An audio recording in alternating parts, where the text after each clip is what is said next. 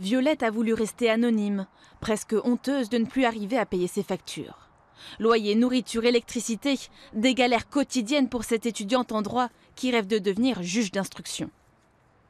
C'est stressant après de se dire comment je vais faire pour payer, je peux pas m'en sortir toute seule. Bon après j'ai mes parents derrière, mais ils peuvent pas non plus tout faire et puis il faut essayer d'être un peu débrouillard. Donc je travaille un peu en dehors de la fac.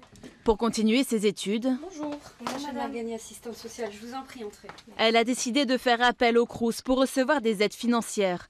Ces entretiens d'une quinzaine de minutes permettent de vérifier la situation des étudiants et essayer de répondre à leurs besoins. Ils ne viennent pas que pour un problème financier, c'est souvent une porte d'entrée. Et après, au cours de l'entretien, quand ils expliquent leur histoire de vie, parce que souvent on les questionne sur d'autres pans aussi, pourquoi ils ont un problème financier, alors forcément on va questionner sur les parents, on va questionner sur la famille, on va questionner sur leur mode de vie. Et c'est à ce moment-là qu'on se rend compte qu'effectivement il peut y avoir des soucis relationnels par exemple. Et c'est à ce moment-là qu'on intervient et qu'on réoriente.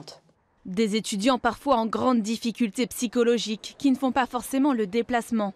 Alors les assistantes sociales viennent à eux. Un enseignant nous appelle pour nous signaler qu'un étudiant ne va pas bien. À ce moment-là, on contacte l'étudiant par mail, par courrier, etc.